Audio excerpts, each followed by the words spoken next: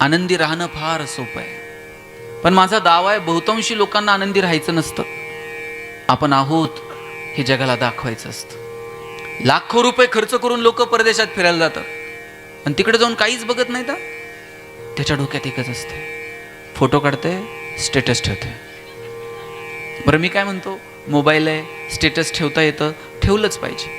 पण खरं दुःख कधी माहिती आहे, ज्याच्यासाठी स्टेटस ठेवलं त्यानं जर बघितलं नाही ना, इतकं दुःख होतंय. असं वाटतंय ट्रिपचे सगळे पैसे पाहायला गेले. आमचा आनंदही आमचा राहिलेला नाही आणि आमचं दुःखही आमचं राहिलेलं नाही. ताई, तुम्ही बाजारात गेलात आणि तुमचे 100 रुपये हरवले, किती वाईट वाटतं बरं. 8 दिवस तर करमत नाही. संध्याकाळी गल्लीतल्या सगळ्या बायका गोळा करायच्या आणि त्यांना चहा पाजून सांगायचं, बाई बाजारात गेलते, 100 पडले, कसे साठवले होते माझं मला माहीत. परवा शर्ट धुताना त्यांच्या खिशात 50 सापडले होते. असं करून करून कुठं आत्ता 100 झालते. बरं एवढं म्हणून थांबत नाही, पुढं जाऊन म्हणणार, कुणाला सापडले असले तर सापडू, त्याला पचायचेच नाहीत. बरं केवढं दुःख आहे. बरं हे टेन्शन लय वेळ नाही. त्यातल्या एखाद्या मैत्रिणीने फक्त म्हणलं पाहिजे, बाई तुझे तर 100 गेले, परवा माझे 500 पडले ग. हिला इतकं बरं वाटतंय ना, जाऊ दे आपले तर 100 गेले, हिचे 500 गेले. चुकीच्या ठिकाणी आपले 100 बुडले याचं वाईट नाही, पण जाऊ दे मरू दे, माझे तर 100च गुंतले होते तिथे, हिचे 500 गेले ग. असं नाही, शहानिशा करायची एकमेकींना. आपल्याला कळालं, बाई मी इथं पैसे गुंतवले होते, मला धोका आहे बरं का, तू काही करू नको. आपल्याला कळलं, योग्य ठिकाणी तुम्हाला सांगता आलं पाहिजे. मी तुम्हाला मगाशी विचारलं होतं, आनंदी राहायचंय का दाखवायचंय. तसंच तुम्ही स्वतःच्या मनाला विचारा, आपल्याला छान आर्थिक समृद्ध व्हायचंय का फक्त लोकांना दाखवायचंय मी लय श्रीमंत आहे. दाखवण्याच्या नादात अडचण होऊन जाते. आम्ही दाखवण्याच्या फंदात गरज नसताना 50 लाखाची कर्ज काढून गाडी घेते, गरज नसताना अमुक एखादी गोष्ट करताय, आणि गरज नसताना दाखवण्याच्या नादात तुम्ही जिथे जिथे खर्च करत चालता, ते एक दिवशी कर्ज बनवून, डोंगर बनवून तुमच्या समोर आवासून उभं राहतं. कर्जाला घाबरू नका, पण ते कर्ज काढण्याचं कारण काय. कुठं उद्योग केलाय, कुठे व्यवसाय केलाय, कुठे व्यापार केलाय, अहो साहेब, काही ठिकाणी कर्ज काढून अशा योजनांमध्ये लोकांनी पैसे लावले. तो म्हणजे अशी लोक आहेत, कुठून तरी कर्ज काढलेत, पाहुण्यारावळ्याकडून पैसे आणलेत, सोनं नाणं मोडलंय, जमीन विकली आहे आणि अशा योजनांमध्ये पैसे नेऊन लावलेत का तर तिथून येतील मग आपण इकडं देऊ. असं कुठं होतं का हो, असं नाही होत. म्हणून अशा कोणत्याही गोष्टीच्या आहारी जाऊ नका. पैसा ही अशी गोष्ट आहे ना, जी रोज लागते तुम्हाला. असं आहे का पैसे नसले तरी जमतंय बरं, हे म्हणायच्या बोलायच्या गोष्टी तो. पण पैसा वाचून मग पान पण हलत नाही. प्रत्येक गोष्टीला बाजारात गेला तर पैसे लागतात, शाळेत पोराला पाठवायचं म्हणलं तर पैसे लागतात, संध्याकाळी घरात भाकर थापायची म्हणलं तरी पैसे लागतात. आणि मग आपण आपल्या आयुष्याची पुंजी आणि अशा निरर्थक विचारांनी इकडे तिकडे गुंतून आपण आपल्या आयुष्याचं वाटोळं करून घेतो. म्हणून योग्य ठिकाणी आपण पैसे गुंतवले पाहिजेत. कोणाला तरी दाखवण्यासाठी रात्रीतून असं श्रीमंत विमंत होता येत नाही. त्याच्यासाठी योग्य मार्गानं आपण ते केलं पाहिजे. तुकाराम महाराजांनी तुकाराम महाराजांतर सांगतात, म्हणजे असं मी मगाशी म्हटलं ना की पैशानं काय होत नाही वगैरे, असं काही नसतं. तुकोबारायांनी शेकडो वर्षापूर्वी सांगितलंय, जोडून या धन उत्तम व्यवहारे. पैसे कमवायचे, पण तुकोबाराय सांगतात व्यवहार मात्र उत्तम असला पाहिजे. आजच्या तारखेला जर तुम्ही मला विचारलं चांगला माणूस कोणता, हां कसा सांगायचा, या जातीतला, त्या धर्मातला, या गावातला, त्या पक्षातला. चांगल्या माणसाची व्याख्या जर मला विचारली कुणी, तर मी सांगेल ज्याचा व्यवहार चांगला तो माणूस चांगला. बँकेत तुमच्याकडे जर सर कर्ज मागायला कोण आलं, तुम्ही काय बघता, हे चांगला उंचापुरा आहे, गोरा गोमटा आहे, याला 10 लाख रुपये देऊन टाका, असं तुम्ही बघता का. ज्याचा व्यवहार चांगला तो माणूस चांगला. कर्ज देताना ते बघत नाही, हे लयच भारी गाडीतनं आलंय, हे म्हणताय आधी तुमचं सिबिल बिबिल काय, ह्याचा मागचा व्यवहार काय, याची चेक बिक किती, कुठं बाउन्स, कुणाचं काय बुडवलंय का, कोणत्या बँकेचं थकीत आहे का, तुमचा व्यवहार बघितला जातो. सिबिल तुमचं चांगलं आहे. आणि माझी विनंती आहे, तुम्ही बँकांमध्ये व्यवहार करायला शिका. तुम्ही तुमची बचत खाती उघडायला शिका. गाठीला आलेले 2 रुपये तिथं ठेवायला शिका. शाळेत जाणाऱ्या, कॉलेजला जाणाऱ्या पुरीला सांगा, जाता जरा आपले 2000 रुपये बँकेत भर ग, जरा पासबुक भरून आण ग, जरा ही विड्रॉलची स्लिप भरून दे ग. त्यांना कळू द्या बँक काय. साहेब, फायनान्समध्ये MBA केलेली पोरं, कॉमर्समध्ये ग्रॅज्युएट झालेलं पोरग, त्याला बँकिंग समजत नाही. त्याला बँकेत कॉमर्समधनं ग्रॅज्युएट झालेला पोराला म्हणलं डीडी काढून नंतर त्याला कळत नाही फॉर्म कसा भरायचा. आम्ही आर्थिकदृष्ट्या आमच्या लेकरांना साक्षर करू शकलो नाही. आमच्या पोरांना बँक कळाली पाहिजे, व्यवहार कळाला पाहिजे, देणं घेणं कळलं पाहिजे. आणि त्यासाठी आपण छोट्या छोट्या गोष्टींचे सवय तुमच्या लेकरांना लावा. शाळेत जाणाऱ्या पोराला तुम्ही सांगा, ही यादी दिली आहे किराण्याची, 4 वस्तू घेऊन ये बरं. आल्यानंतर त्याला विचारा, जरा हिशोब करून दाखव बरं. तुम्ही ह्या गोष्टी शिकवल्या पाहिजेत. आणि या छोट्या छोट्या गोष्टी जेव्हा तुम्ही शिकवायला लागाल, बचतीची सवय तुम्ही त्यांना लावाल. आपल्या घरामध्ये लहानपणी एका पैशाचा गल्ला असायचा. पाहुण्या रावळ्यानं पैसे दिले, पटकन त्या गल्ल्यात टाकायचे. वर्षानं कधीतरी तो गल्ला फोडायचा आणि मग एक एक नोट चुरगळलेली हातात ती तशी ठेवायची. आणि मग वडिलांना सांगायचं 2000 साठलेत, 4000 साठलेत. मग वडिलांनी त्याच्यात आणखी 1000 टाकायचे. आता काय घ्यायचं सांग तुला. ही बचतीची सवय. मी 1000 टाकील, पण पाहुण्या रावळ्यानं इकडून तिकडून बक्षिसाचे मिळालेले पहिले 4000 तुला त्या गल्ल्यात साठवावे लागतील. ही साठवणुकीची सवय जी आहे ना, ही आपण आपल्या पोरांना लावली आहे का? बचतीची सवय आपली मुळात आपल्याकडं आहे का? 100 रुपये जर आपल्याला मिळतात, त्यातले 10-20 रुपये तरी आपण बचत म्हणून बाजूला ठेवतो का? 100 रुपये मिळाले, हां ओढून टाक 100 रुपये, उद्याचं उद्या बघू. अहो 100 मिळाले आणि 100 उडवणारे सोडा. 100 मिळाले ना, 100 कर्ज काढून 200 उडवणार आहेत. व्यवहार समजू शकला नाही आपल्याला आयुष्यात. आणि काहींना व्यवहार कळाला, पण पार तोपर्यंत पुलाखालून पाणी निघून गेलेलं होतं, तारुण्य निघून गेलेलं आहे, सगळ्या गोष्टी हाताखालून निघून गेलेल्या आहेत. आणि मग कळालं, चुकीच्या गोष्टींच्या नादी लागून आपण आर्थिकदृष्ट्या अगदी दिवाळखोरीत निघालेलो आहोत. खरं तर पैसा हा आयुष्यात महत्त्वाचा आहे, तो जपला पाहिजे, योग्य ठिकाणी वापरला पाहिजे. आणि त्यासाठी तुम्ही आर्थिकदृष्ट्या साक्षर असलं पाहिजे. म्हणून मला आपल्याला कळकळीची विनंती करायची आहे, आर्थिकदृष्ट्या तुम्हाला सक्षम होता येईल का? मी मगाशी तुम्हाला म्हटलं, मी तुम्हाला एका मुलीचं उदाहरण दिलं की ते DYSP झाली. मी तुम्हाला सांगितलं तुम्ही तुमच्या लेकरांना शिकवलं पाहिजे. पण मी सर तुम्हाला विनंती करेल, जे बचत गट उद्योगात आहेत, व्यवसायात आहेत, छोटे छोटे व्यवसाय करत आहेत, त्यांना जर तुम्ही काही फायनान्स करत असाल तर फायनान्सच्या बरोबरीनं त्यांना त्या व्यवसायाच्या दृष्टीनं काही प्रशिक्षण देता येईल का? त्यांना काही मार्केट लिंकेज देता येतील का? अशी एक चळवळ आपल्याला महिलांच्या निमित्तानं काही करता येईल का? बचत गट म्हणजे फक्त पापड आणि लोणचं नाही. आपल्या डोक्यात तेवढं आहे, बचत गटाच्या 20 महिला 10-20 हजार रुपयाचं कर्ज ह्या महिन्यात तिने घेतलं, पुढच्या महिन्यात तिने दिलं, हिने देतच नाही बाई, हिला काढून टाका बचत गटातनं, ती बोललीच नाही, हिला अध्यक्ष नको तिला सचिव करून टाका. हे बचत गट म्हणजे एवढंच नाही आहे. मी सोलापूरला गेलो होतो, एक बचत गट आहे. तुमचं कुणाचं माहेर जर सोलापूरचं असेल, तिकडं कडक भाकरी मिळते ज्वारीची आणि ते दहीन चटणी लावून खातात. ते बचत गट ज्वारीची कडक भाकरी बनवतो. मी त्यांना विचारलं, ताई एक भाकरी बनवायला किती रुपये लागतात? ती बाई मला म्हटली 1-1.5 रुपये लागतो. म्हणलं हॉटेलमध्ये तुम्ही किती रुपयाला विकता? 2.5-3 रुपयाला विकतो. म्हणलं हॉटेल मालक खाली किती रुपयाला विकतो? 10 रुपयाला विकतो. म्हणलं ते एवढे पैसे कमवतो ताई, आणि तुम्ही 1-1.5 रुपये मार्जिनवर काम करता. बाई फार शिकलेली नव्हती. म्हणली दादा, एक भाकरी थोडीच विकतो आम्ही, हॉटेल मालकाला खाली एक भाकरी दिवसभर विकावं लागते. सोलापूर जिल्ह्यातल्या सगळ्या हॉटेलला फक्त आमचीच भाकरी जाते. आणि पूर्वी आम्ही हातावर बनवायचो, आता मशीन घेतलंय आणि दिवसभरात 50,000 भाकरी आमचा बचत गट विकतो. आता आमची भाकरी नुसती सोलापुरात नाही, विमानात बसून परदेशात जाते. मला हेवा वाटला. फार शाळा न शिकलेली बाई, पण त्यांच्या बचत गटानं हा व्यवसाय सुरू केला. आणि मी त्यांना विचारलं, म्हटलं हे मार्केटिंग कसं? म्हणली एकदा व्यवसायात पडलं की कळतं मग कसं करायचं. तिने एक किस्सा सांगितला. म्हणजे आम्ही तीर्थयात्रेला गेलेलो होतो आणि काळी भोर शेती दिसली. एवढी काळी मातीच बघितली नव्हती. आम्ही टेम्पो थांबवला. म्हटलं 2 पोते माती भरून घेऊ आणि आपण सोलापूरला गेलो. त्या कुंड्या बिंड्या घेऊन गुलाबाची त्याची झाडं बिडं लावू. त्या शेतकऱ्याला विचारलं, आम्हाला जरा माती देशील? तो म्हणला हा जा घेऊन. शेतातली 2 पोते माती घेऊन गेलो आणि झाडं लावायची तशीच राहून गेली. माती तशीच पडून होती. म्हणलं मग? म्हणली काय नाही, उन्हाळ्यामध्ये उन्हात तापून घेतली, साडीमध्ये गाळून घेतली, बारीक भुकटी उरली मातीची. म्हणलं मग? म्हणली त्याच्यात लिंबाचा पाला घातला, तुळशीची पानं घातली, सुगंधी द्रव्य टाकली, 10-10, 20-20 ग्रॅमच्या पुड्या केल्या आणि शहरातल्या बायकांना फेस पॅक म्हणून विकल्या. आम्ही त्यांना सांगायचो तोंडावर लावून ठेवा, गार वाटतंय. आता माती तोंडाला लावल्यावर गार नाही तर काय गरम होतंय. 2 पोते माती 40,000 रुपयाला विकली. आणि कळलं, जगात जर माती विकता येऊ शकते तर जगात काही पण विकता येऊ शकतं. तुमचं नाणं तुम्हाला असं खणखणीत वाजवून विकता आलं पाहिजे.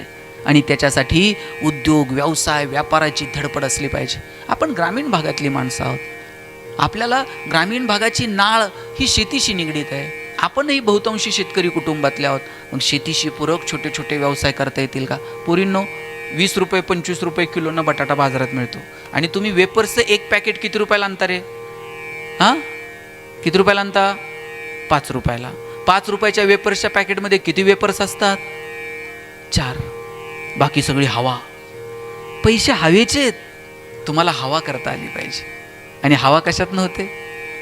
हवा होते ज्ञानातनं, हवा होते कर्तृत्वातनं, हवा होते गुणवत्तेतनं. तुम्हाला विकता आलं पाहिजे. तुम्ही बघा, आता पाण्याची बाटली 20 रुपये लिटरनं विकत आणता का नाही? आणि ज्या कुणी माणसानं साहेब पाणी विकायला सुरू केलं असेल त्याला लोकांनी वेड्यात काढलं असेल. अरे पाणी कुठं विकतात का? आमचं दूध 20 रुपयानं जाईन आणि तुम्ही 20 रुपये लिटरनं पाणी विकायला लागलाय. पण त्या शहाण्या माणसाला माहीत होतं पाणी सुद्धा एक दिवस 20 रुपये लिटरनं लोक विकत घेतील. आज जाईल तिथं पाण्याची बाटली. पूर्वी जर कुठं व्याख्यानाला गेलो ना, तांब्यावर फुलपात्र. आता तांब्या आणि फुलपात्र कुठं राहिलंय का? आणि ठेवलं तर ते आलेला पाहुणा पिईल का? आता मला वाटतं तांब्या आणि फुलपात्र फक्त साखरपुडा, सुपारी, टिळा असल्या कार्यक्रमात अजून आहे. आणि काही दिवसानं साहेब तिथं पण दिसणार नाही. गुरुजी सांगणार, मुलाचे मामा बाटली घेऊन या. इथपर्यंत येणार आहे. जग बदलत आहे. बदलत्या जगानुसार आपण बदललं पाहिजे. उद्योग व्यवसायाकडं डोळे विस्पारून बघितलं पाहिजे. अहो, नुसती चाळा मारून तूर जर बाजारात नेली तरी 2 रुपये जास्त मिळतात. मी जळगावला गेलो होतो. जळगावला केळी चांगली पिकते. जळगावच्या सगळ्या रस्त्याच्या कडेनं अगदी म्हातारी माणसं सुद्धा त्या भट्टीवरती बसलेली असतात. आणि आता त्यांनी तिथंच रस्त्याच्या कडेला त्या केळीचे वेपर्स बनवून विकायला सुरुवात केली. अहो, दिवसभरात 2-4 हजार रुपये ते कुटुंब कमवत आहे. आज आपल्या शेतकरी कुटुंबात जर नीट जर तुम्ही विचार केला ना, काय आपल्या कष्टाची किंमत आहे मला सांगावं. आज त्या शेतकऱ्याचं सगळं कुटुंब राबत असतं. काय घरातली काय फक्त 2-4 तरुण पोरंपोरीच काम करतात असं नाही. त्या घरातला म्हातारा माणूस, म्हातारी आजी, सगळं ते लहान लेकरू सुद्धा घरातलं काम करत असते. आजी सुद्धा घरी गेलं तर काहीतरी निसत बसन, उपनत बसन, कुठंतरी ते म्हातारा माणूस कुठंतरी गोण्यांना टाचे मारत बसन. अरे लहान पोरगं शाळेतनं आलं आणि त्यानं दप्तर टाकलं तर वडील म्हणतात, हे जा जरा मोटर बंद करून ये. पोरगी कॉलेजवरनं आली तरी आई म्हणते, जरा शेणकूर करून घेते का ग? अख्खं घर राबत असतं. आणि वर्षभराने जर त्याच्या सगळ्या मेहनतीचा विचार केला तर काय उरतो? ना त्याच्या कष्टाची किंमत होते, ना त्याच्या कष्टाला प्रतिष्ठा मिळते. कधीतरी पीक सापडतं, कधीतरी भाव सापडतो. जेव्हा भाव आहे तेव्हा पीक नाही, जेव्हा पीक आहे तेव्हा भाव नाही. दोन्ही जुळून आलं तर काय सांगायचं. आणि मग आपल्याला जोड द्यावी लागेल ती व्यवसायाची. आपल्याला जोड द्यावी लागेल व्हॅल्यू ॲडिशन. तुम्ही जे पिकवता त्यात काहीतरी व्हॅल्यू ॲडिशन तुम्हाला करता आली पाहिजे. आम्ही ती करायला कुठेतरी कमी पडलो. आमच्या शेतकरी बापाला पिकवता येतं, पण दुर्दैवानं त्याला विकता मात्र येत नाही. आम्हाला आमचं खणखणीत नाणं असं बाजारात विकता आलं पाहिजे.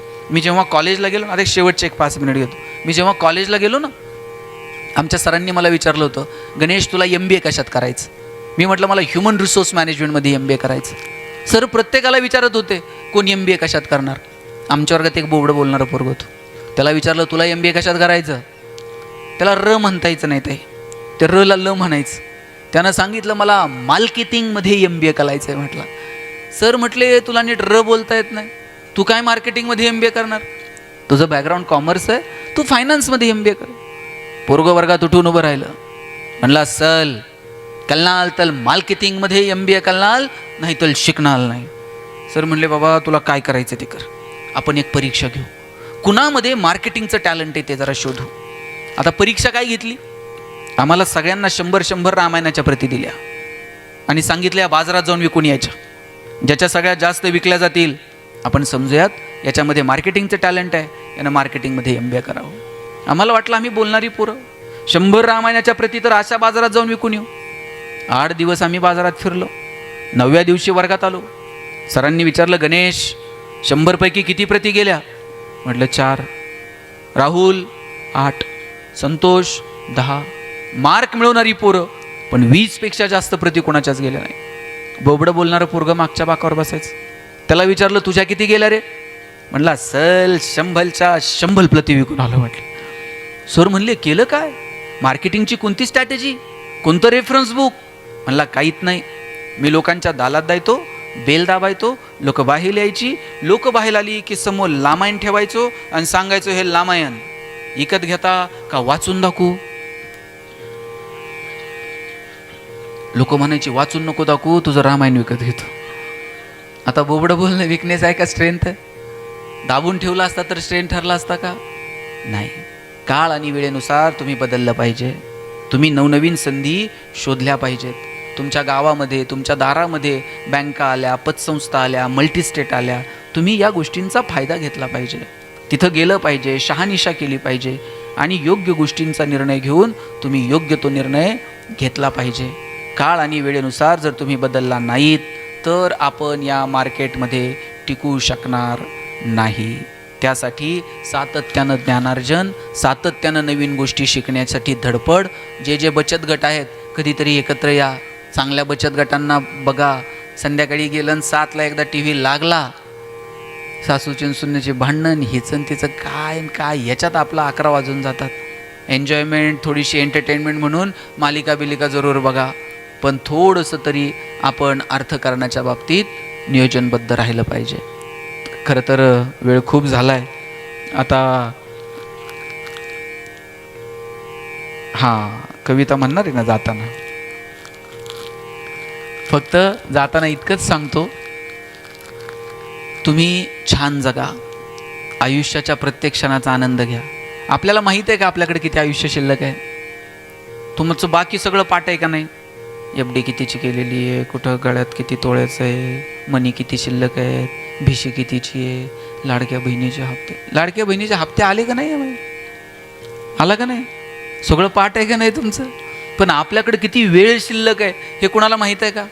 कुणी येऊन इथं असं दाव्यानं सांगेल का माझ्याकडं अजून पुढची 50 वर्ष शिल्लक आहेत? माहीत नाही. जन्माला येण्याचे संकेत भगवंत 9 महिने आधी देतो, जाण्याचे संकेत 9 मिनिट पण आधी मिळत नाही. निसर्गाचा नियम आहे, येण्याचे संकेत मिळतील, जाण्याचे मिळणार नाही. समजा येण्याचे संकेत जसं 9 महिने आधी मिळतात, तसं 9 महिने आधी जर जाण्याचं पत्र आलं असतं तर आपल्याला जर पत्र आलं असतं, तुमचं आटपल्यावर हिशोब करून घ्या काय परिस्थिती आली असती. निम्मी लोक तर दादा टेन्शनच गेली असती, झालं हे आटपलं. निसर्गाचा दुसरा नियम आहे, येतानाही काही घेऊन यायचं नाही आणि जातानाही काही घेऊन जायचं. आणि जाताना जर काही घेऊन जाता आलं असतं तर आपण सोयीनं गेलो असतो का? आपण आपलं तर नेलंच असतं. पुढचं मी सांगू का तुम्ही सांगता? अजून कुणाचं काही घेऊन जाता येईल का? माणसानं याचाही विचार केला असता. निसर्ग खूप सुंदर वागलाय. येण्याचे संकेत देतो, जाण्याचे देत नाही. येताना काही घेऊन यायचं नाही, जाताना काही घेऊन जायचं नाही. हे आयुष्य परत नाही.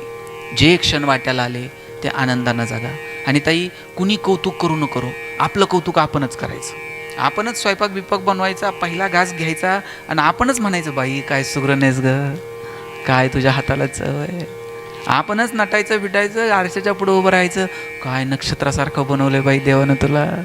काय कोण कौतुक कर? कुणी करू न करो, आपलं कौतुक सगळ्याजणी असा उजवा हातवर घ्या, असा मागं घ्या, असा घ्या, थोडा मागं घ्या थोडा माग घ्या. शब्बास, आपलं कौतुक आपण करायचं. आणि दादा काय माहिती आहे का, घरातल्या स्त्रियांची किंमत त्या आहेत तोपर्यंत कळत नाही. ती नसेल ना, मग त्या घरातल्या स्त्रियांची किंमत कळायला लागते. एका कवीनं खूप सुंदर लिहिलंय, विठ्ठलाच्या पायावरती डोकं ठेवलं आणि वर बघितलं, विठू दिसलाच नाही. पुन्हा डोकं टेकवलं, पुन्हा वर बघितलं, नाही दिसला विठू. मग म्हटलं चला रुक्मिणी आईसाहेबांच्या पायावर डोकं ठेव. रुक्मिणी आईसाहेबांच्या पायावर डोकं ठेवलं, काढून घेतलं परत आपलंच आपल्याला कधीतरी लागेल म्हणून. आणि आईसाहेबांना म्हटलं आईसाहेब शेजारी विठू विटेवर नाही. तेव्हा आईसाहेब म्हटल्या विटेवर नाही, 28 युगांपासून तसाच तर आहे, बघा असेल तिथेच. दोनदा बघितला आईसाहेब, नाही दिसला. तेव्हा रुक्मिणी आईसाहेब म्हटल्या खरं सांगू, इकडे आले आणि नाकासमोर बघण्यात आयुष्य गेलं, मान वळवून कधी बघितलंच नाही. आषाढी कार्तिकेला कितीतरी जण येतात, पण कधी कुणी म्हटलं नाही विठू विटेवर नाही तो. आज तुम्ही म्हटलात आणि 28 युगांचं एकटेपण अंगावर धावून आलं. कितीतरी स्त्रियांची ही अवस्था असते. गर्दीतही त्या एकट्या असतात. त्यांना अपेक्षा असते संवादाची, त्यांना अपेक्षा असते कौतुकाची. केवळ महिला दिनाच्या निमित्तानं नाही, तर त्यांच्या गुणांचं, त्यांच्या कर्तृत्वाचं कायम आपल्याला कौतुक करता आलं पाहिजे. गेल्यानंतर कौतुक केलं ते कानापर्यंत पोहोचतं का? एका महिलेनं तिच्या भावना व्यक्त केल्यात.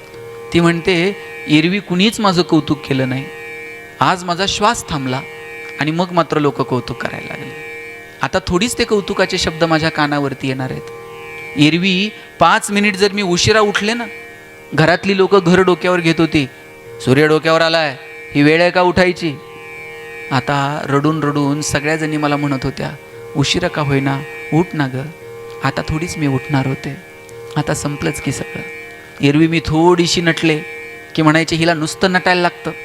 आता सगळ्या जणी मिळून मला नटवत होत्या, आता थोडीच मी मला माझ्या आरशात बघणार होते, आता संपलंच की सगळं. श्वास थांबल्यानंतर जगण्याची संधी नाही. म्हणून जोपर्यंत श्वासात श्वास आहे तोपर्यंत छान जगा. तुमच्या आरोग्याची काळजी घ्या. 6 महिन्यातनं वर्षातनं कधीतरी हेल्थ चेकअप करा. बाळतपणात कधीतरी तुम्ही हिमोग्लोबिन चेक केलं असेल, मला वाटत नाही स्वतः जाऊन कधी. पार गाडी खुडखुडू वाजायला लागल्याशिवाय आजी दवाखान्यात पण आपण जात नाही. एक तर 2-4 दिवस अंगावच काढावं लागतंय. मग पार अंग फनफन करायला लागलं, मग पोराला नातवाला म्हणायचं चल बरं जरा दवाखान्यात घेऊन. पण तुम्ही तुमच्या आरोग्याची काळजी घ्या. संक्रांत बिंक्रांत साजरी करता की नाही? काय करता संक्रांतीला? हळदी कुंकू असतंय, पार रथसप्तमीपर्यंत चालतं. हिनं तिच्याकडे जायचं, तिनं हिच्याकडे यायचं, हिने तिला 4 आण्याचा कांगवा द्यायचा, तिने तिला 8 आण्याची वाटी द्यायची. त्या वाटीत खाता येत नाही, त्या कांगव्याने विचारता येत नाही. मला कळते असे हेच वाण आहेत. किती पगार वाढू द्या, लाडकी बहिणीचा हप्ता यांनी वाण बदलले नाही साहेब. चहाची गाळणी, पावडरचा डबा, चहाच्या गाळणीनं चहा गाळता येईना, पावडरच्या डब्याला बिळू पडेना. जर का असले वाण आता इथून पुढे दिले, संक्रांतीला हळदी कुंकाच्या निमित्तानं सरांना फोन करा. अशाच सगळ्याजणी कधीतरी एकत्र या आणि एखादं आर्थिक साक्षरतेच्या संदर्भानं, आरोग्याच्या संदर्भानं, एखाद्या व्यवसायाच्या संदर्भानं छान एकत्र येऊन चर्चा करता येईल का? एखादं व्याख्यान, एखादा प्रशिक्षण वर्ग राबवता येईल का? काळ आणि वेळेनुसार आता आपण बदललं पाहिजे. तुम्ही बदलाल, स्वतःच्या पायावर उभं राहाल आणि सुंदर आयुष्य जगाल अशी अपेक्षा बाळगतो. तुम्हा सगळ्यांना महिला दिनाच्या शुभेच्छा देतो आणि थांबतो.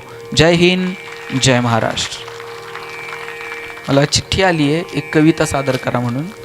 आता ही कविता मी कॉलेजला असताना लिहिली होती आणि नंतर मग ते बॉईज 4 नावाच्या एका चित्रपटात आली. आता पुणे विद्यापीठाच्या अभ्यासक्रमात हे आहे. ती कविता लिहिली मी, मला गाता येत नाही, गायला गळा लागतो, माझ्याकडे नरड आहे. चालेल का? तुम्ही सगळ्यांनी मला साथ देणार का? प्रयत्न करतो. काय सांगू राणी मला गाव सुटना, कसं सांगू राणी मला गाव सुटना. बंद गळ्या मंदी माझ मावे नाग अंग, जिंच्या कापडा मंदी दुनिया झाली कशी तंग. जो तो आहे राणी आपल्या धुंदीमध्ये दंग, मानसांनी मानसांचे सोडले का रंग.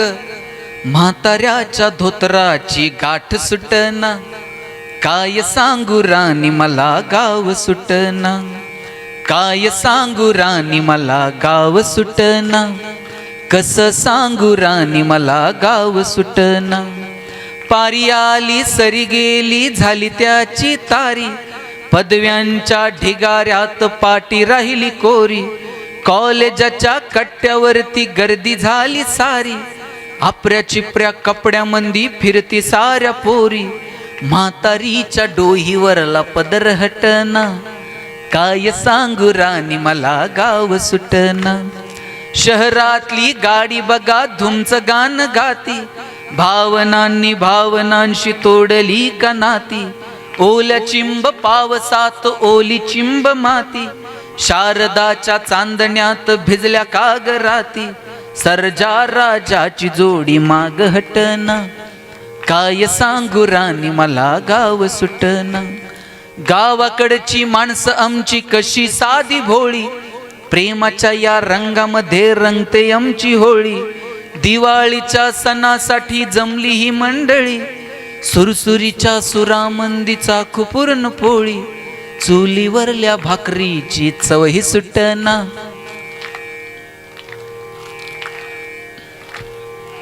क्या बात आहे. काय सांगू राणी मला गाव सुटना, कसं सांगू राणी मला गाव सुटना, गाव सुटना, गाव सुटना. थँक्यू.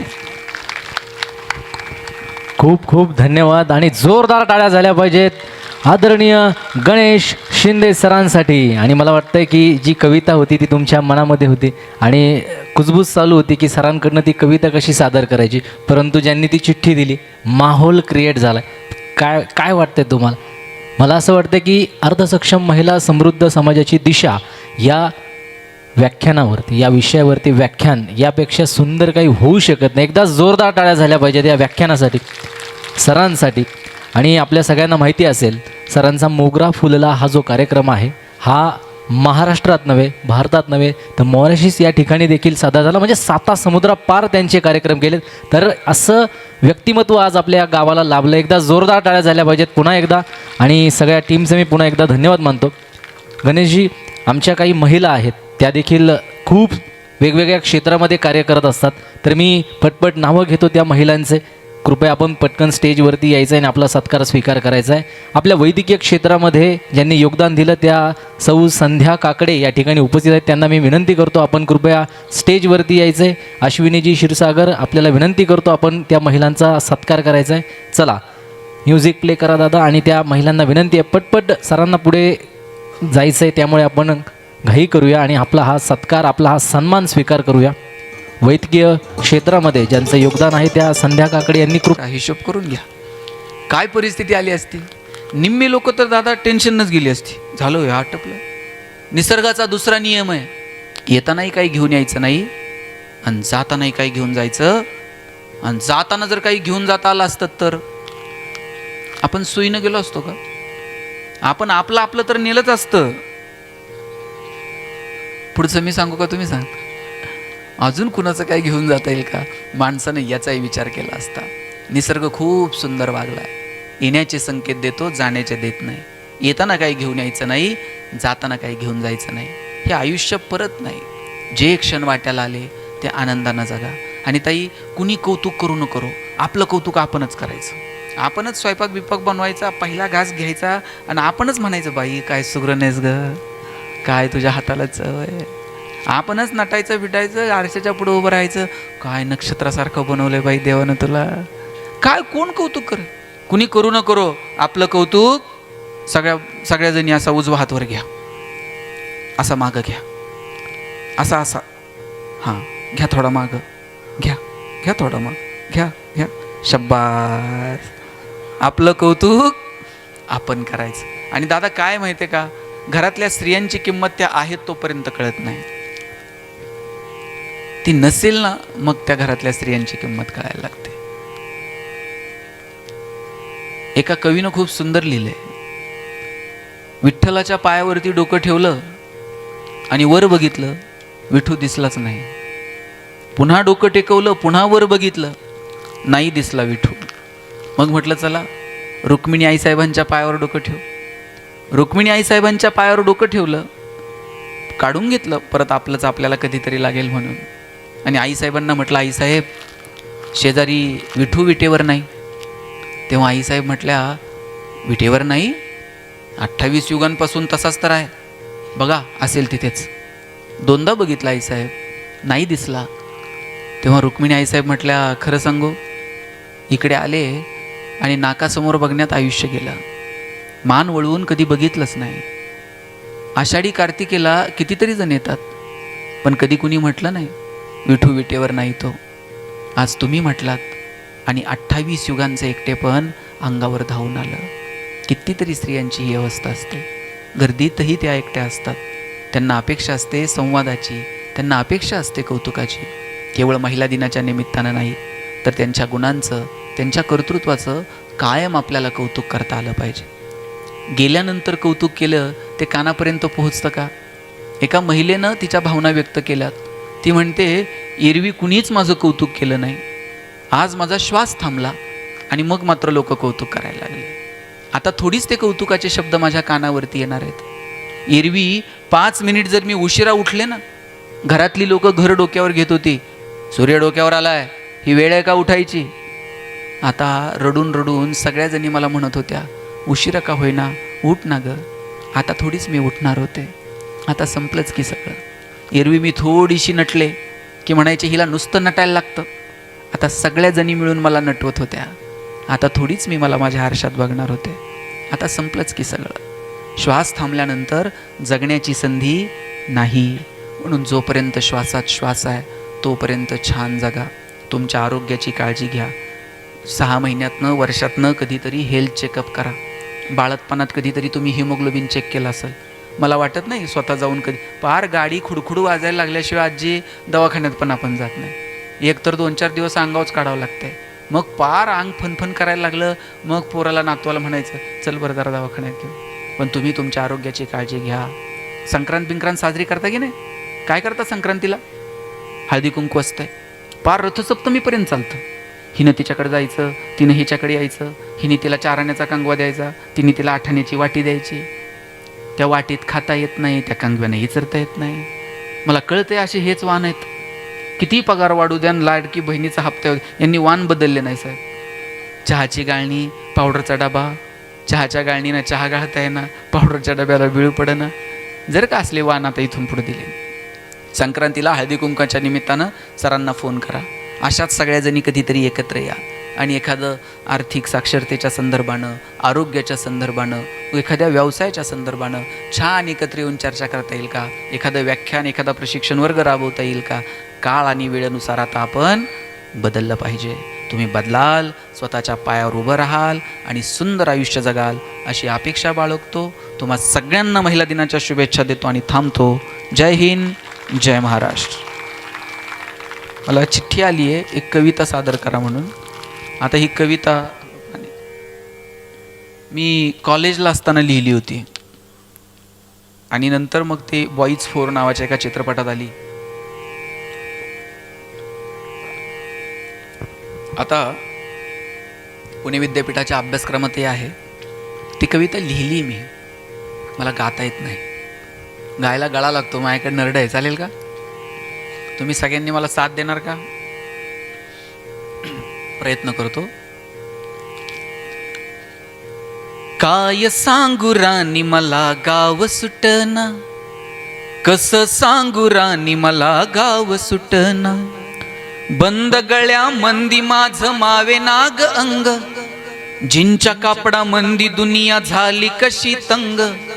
जो तो आहे राणी आपल्या धुंदीमध्ये दंग, माणसांनी माणसांचे सोडले का रंग. म्हाताऱ्याच्या धोतराची गाठ सुटना, काय सांगू राणी मला गाव सुटना. काय सांगू राणी मला गाव सुटना, कसं सांगू राणी मला गाव सुटना. पारी आली सरी गेली झाली त्याची तारी, पदव्यांच्या ढिगाऱ्यात पाटी राहिली कोरी. कॉलेजाच्या कट्ट्यावरती गर्दी झाली सारी, आपऱ्या चिपऱ्या कपड्यामंदी फिरती साऱ्या पोरी. म्हातारीच्या डोहीवरला पदर हटना, काय सांगू राणी मला गाव सुटना.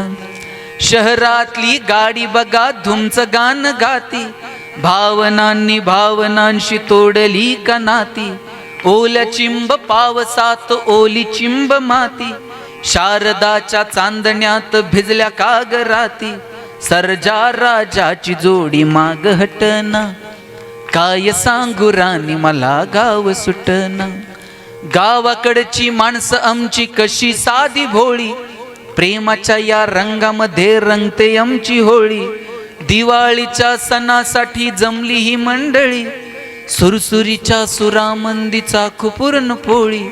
चुलीवरल्या भाकरीची चवही सुटना.